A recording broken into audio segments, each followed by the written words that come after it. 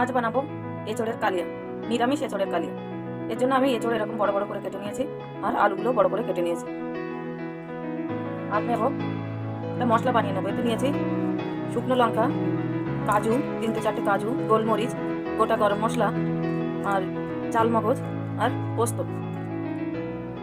এর সঙ্গে আর দেবো আদা আর কাঁচা লঙ্কা, এগুলো আমি পেস্ট করে নেব।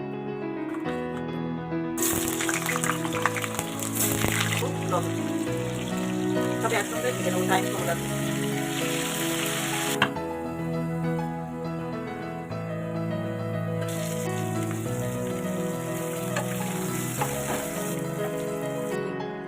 তেজপাতা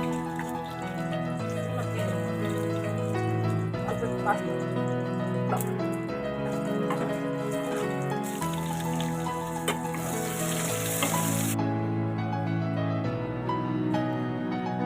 লবণ,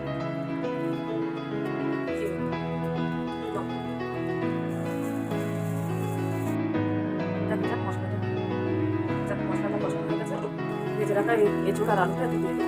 দিয়ে আবার কিছুক্ষণ ভালো এঁচড়টা আমার ভালো